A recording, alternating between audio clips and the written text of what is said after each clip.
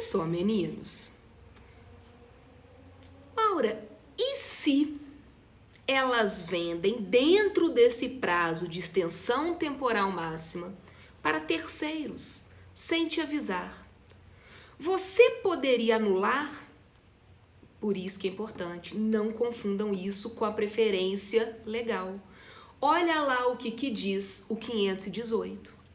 Responderá por perdas e danos o comprador originário, ou Fernanda ou Ana Paula, depender se foi bem móvel ou bem imóvel. Né? Então, se foi bem móvel, volto a repetir, qual que é o prazo de extensão temporal máxima? 180 dias. Via de regra, começa a contar a partir da data da venda original. Se for imóvel, 2 anos. Então, esse é o chamado prazo de extensão temporal máxima. Se elas, depois que passar isso daí, venderem para terceiro sem me dar preferência, eu não posso fazer nada. Mas se foi dentro desse interregno e elas venderem, o que vai acontecer? Olha lá o 518, elas vão, eu posso entrar com uma ação contra elas, né? Pleiteando danos, perdas e danos. Então, olha lá, responderá por perdas e danos o comprador original. Se alienar a coisa sem ter dado a mim, vendedor original, ciência do preço e das vantagens. Responderá solidariamente o adquirente que tiver procedido de má fé. Se vender, sei lá, para o Arthur, né, e o Arthur sabia de tudo isso, né, eles estavam de má fé, ele também vai responder. Então aqui não confunda o prazo lá do 504, que é um prazo decadencial, né, de 180 dias, com o prazo aqui da preferência convencional, que nem é decadencial. Se eu quero condenar, né, elas a me pagarem perdas e danos, o prazo é prescricional. E qual que é o prazo nesse caso? Vocês se lembram? Para pleitear a indenização por esses danos? Isso, acertaram. Artigo 206, parágrafo 3º, inciso 5º. Portanto, o prazo é prescricional de 3 anos, tá bom? Perfeito.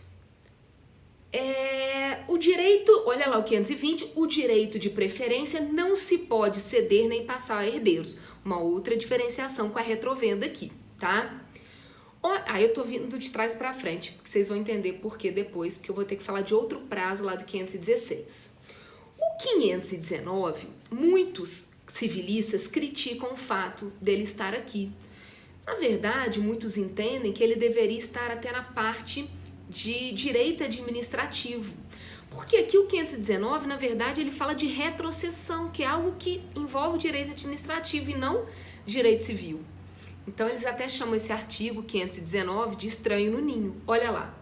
Se a coisa foi expropriada para fins de necessidade ou utilidade pública, vamos supor que o Laura tem um imóvel em plena Rio Branco, e o poder público, ele vai, né, vamos supor, ele entende que ali aquele meu imóvel, a localização é ótima, ele vai desapropriar aquele meu imóvel para ali fazer um ponto de ônibus.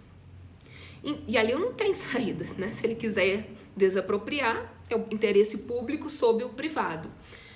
Se a coisa então for expropriada, retirada de forma forçosa, por mais que eu vá receber uma indenização,